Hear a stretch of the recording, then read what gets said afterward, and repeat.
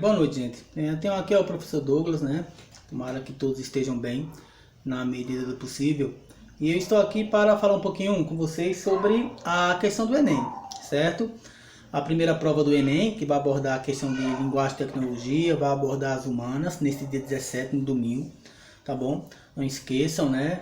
Do documento com foto, tá certo? Os portões serão abertos às 11h30. E serão fechados às 13 horas, ou seja, 1 hora da tarde. Então, fiquem atentos a isso aí, cheguem com antecedência para saber onde é a sala direitinho.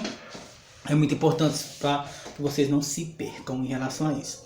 Em relação à redação, que é um momento assim que os estudantes mais temem no Enem, né? Como fazer esse texto? Professor, faça esse texto no começo, antes de responder as questões de múltipla escolha, ou faço depois? Isso é muito pessoal. Né? Há pessoas que escolhem fazer antes porque está com a cabeça mais fria, está mais descansado, vou fazer antes. Há pessoas que optam em fazer depois porque acreditam que algumas questões do próprio Enem, as questões poderão ajudar na construção do texto. Então optem pela melhor forma, certo? A maneira que vocês acharem melhor. O importante é que vocês sigam alguns critérios na dissertação argumentativa, que é o gênero textual que o Enem vai exigir de vocês.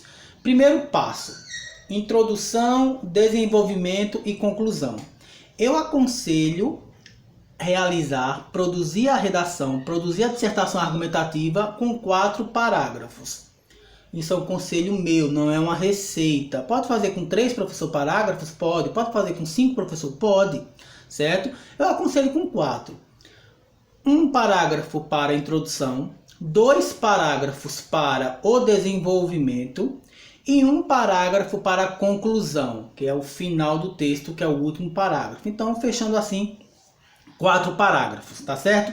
O que você vai fazer na introdução, que é o primeiro parágrafo do texto, tá certo? O primeiro parágrafo do texto, você vai elaborar a sua tese, a sua defesa, o seu argumento, você vai elaborar no primeiro parágrafo. Como pode ser desenvolvido esse primeiro parágrafo? Certo? Você pode desenvolver através de uma alusão histórica, resgatar algo da história para fazer um comparativo com algo de hoje, o passado e presente, dialogando, dependendo do tema. Vamos supor que o tema do Enem seja educação, algo voltado para a educação, para investimento na educação, investimento na formação do aluno, na formação do professor. Vamos supor que seja isso o tema do Enem. Então você pode resgatar um pouco da educação, como era a educação no passado, como é a educação hoje, e fazer essa introdução, tá certo? Use a língua formal, tá bom? Usar a língua formal não é usar um vocabulário de difícil compreensão. Usem palavras que vocês tenham certeza da grafia dessa palavra. Não queiram inventar, tá bom? Você pode também introduzir, a introdução que eu falo é o primeiro parágrafo, através de uma citação. Aí você precisa estar bem preparado. Como eu estou abordando o tema educação aqui, é só um exemplo, é mero um exemplo, não estou dizendo que esse é o tema do Enem, tá bom? Certo? Não tem essa bola de cristal para saber qual é o tema do Enem. Vamos supor, se você tem um tema educação, então você pode usar uma citação. Exemplo, uma citação do nosso grande Paulo Freire. Aí você começa com essa citação. Se for outro tema, citação de outro teórico, de outro estudioso. Então a citação também é um mecanismo bastante importante para que você possa introduzir seu texto.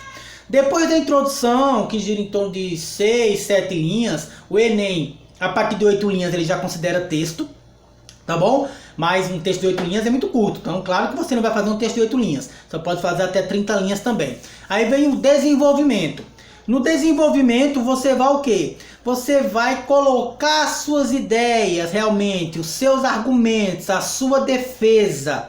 Tá certo? O que você acredita. Não usa a primeira pessoa, né, do singular, principalmente. O eu acho, por exemplo, eu acredito. Não use isso, tá bom? Certo? Deixa o verbo meio impessoal, né? Por exemplo, que é o verbo impessoal?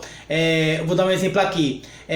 Conclui-se, claro, isso para conclusão. Acredita-se, tá certo? Você vai deixar o verbo impessoal, para que não mostre essa primeira pessoa. Então, no desenvolvimento, que é o segundo e o terceiro parágrafo, claro, naquela dica de 4 parágrafos que eu passei para vocês, né, logo no começo do vídeo.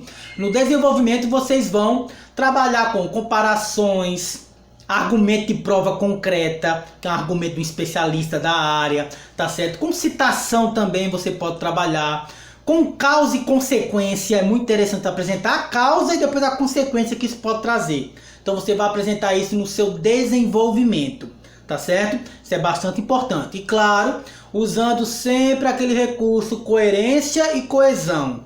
Quem vai dar a coesão é a ligação das ideias do texto. Então os conectivos, as conjunções, os pronomes, eles serão bastante importantes. Então exemplo de conjunção, um mas, um porquê, um portanto, um porém, um se, são os conectivos que darão essa conexão, essa coesão para o texto. E depois que vocês terminarem esses 2 parágrafos do desenvolvimento, vocês vão para a conclusão. Atentem para isso, a conclusão é uma das competências exigidas para a pontuação, tá certo? Tem a conclusão, o tipo de linguagem, coesão e coerência, são competências, ortografia, língua formal que vocês vão utilizar, são competências exigidas no Enem. Eles vão averiguar, vão corrigir, vão analisar esses pontos que eu acabei de citar para vocês. Na conclusão, vocês vão apresentar uma intervenção para a questão. Normalmente o Enem trabalha com um tema social. Uma coisa também, não vê um tema seco, só o tema para que vocês possam discorrer o seu texto. Vem um tema e vários textos de apoio para esse tema. Então pode vir uma charge, pode vir um poema, pode vir uma letra de música, pode vir um texto de opinião, pode vir um artigo de opinião, pode vir um texto argumentativo, pode vir vários gêneros para, eles servirão de apoio para que você possa desenvolver o seu tema. Tá certo? Na conclusão, você vai apresentar uma proposta de intervenção, uma solução ao problema. Então é importante que, quando você terminar a conclusão, você pode começar com portanto a conclusão. Foi uma pergunta que foi feita por um aluno meu. Pode começar por portanto. É até interessante, porque portanto é uma conjunção conclusiva. É um conectivo de conclusão. É importante, tá bom? Vocês podem fazer sim essa conclusão. Detalhe da conclusão. Apresenta uma intervenção, uma solução. Quem faz, quem vai fazer, o que vai fazer e como vai ser feito. Vejam se vocês conseguem trabalhar com esses 3 itens na conclusão de vocês, tá bom? Para que vocês possam fechar o Enem. Não esqueçam que a conclusão precisa ter essa proposta de intervenção. É muito importante que vocês tenham essa proposta de intervenção, tá certo? Então, daqui para lá ainda, tá bom? Vou fazendo aí alguns videozinhos para vocês.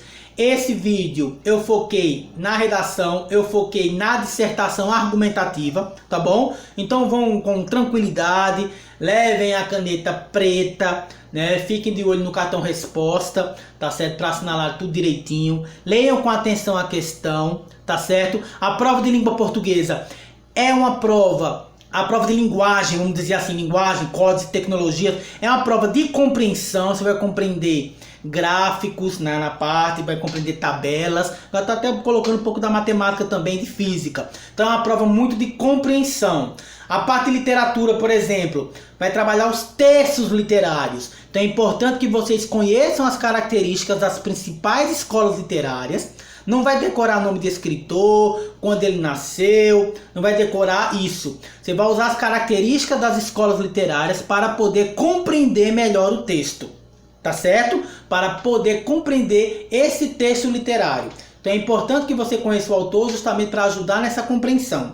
E a prova de língua portuguesa, mais especificamente falando, é uma prova também de compreensão.